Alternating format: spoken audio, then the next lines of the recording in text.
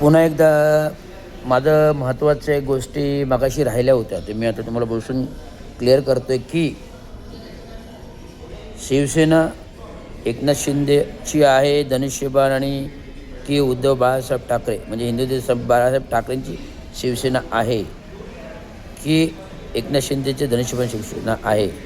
तर हे जे मी काय विश्लेषण मगाशी बोललो त्याच्यामध्ये अनुषंगिक महत्त्वाचा घटक म्हणजे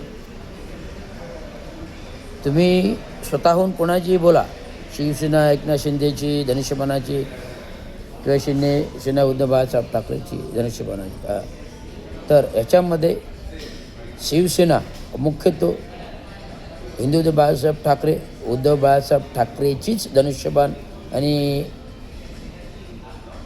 शिवसेना होऊ शकते कायद्याने घटनेने संविधानाने का कारण संसद कायदा काय बोलतो जेव्हा तुम्ही पक्ष फोडता त्या संसद कायद्यानुसार पक्षांतरबंदी कायद्यानुसार तुम्ही तिथेच बाद ठरता.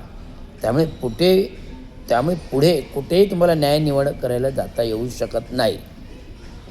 संसद कायदा आहे संसदिक संविधानिक घटनेनुसार तो कायदा पारित झालेला आहे. त्या घटनेनुसार जर तो कायदा पारित झालेला आहे संसदेनुसार घटना कायदा नियम तो आपल्याला पाळणे बंधनकारक आहे ना. म्हणजे आपणच आपले कायदे तोडायचे आपणच आपण संविधानाचा अपमान करायचा आपणच आपल्या कायदा कानून व्यवस्थेचा अपमान करायचा. भले सरकार नरेंद्र मोदीचं असो की आणखी कोणाचं असो ब्लिंकिंटनचं असो किंवा ट्रम्पचं असो परंतु घटना ही घटना असते संविधान ही संविधान असे संसद ही संसद असते. त्याच्यात जे नियम पारित होतात ते सर्वांना पाळणे बंधनकारक आहे आणि त्या बंधनकारक नियमानुसार हे सर्व इनिशियली स्टेजमध्ये एकनाथ शिंदेचे जेवढे 40 आमदार त्या काही निघाले होते ते ॲटोमॅटिकली बादच आहेत घटनाबाह्य आहेत आणि बादच आहेत. मी काही एकनाथ शिंदेच्या विरोधात बोलतो असं नाही तुम्ही कायदा आणि घटने संविधानानुसार बोलतो ते बाद आहेत. आणि हे बाद असताना केंद्रातील सरकार आयोगाला हाताशी धरून सर्वोच्च न्यायालयाला हाताशी धरून विधानसभा अध्यक्षांना हाताशी धरून जे त्यांच्या BJP पक्षाचे आहेत हे तुम्ही खोटं पक्ष नाही ठरवू शकत. हे अमित शहाने स्वतःच कबूल केले आहे की हा पक्ष एकनाथ शिंदेसाठी आम्ही बनवला तो घटनाबाह्य आहे.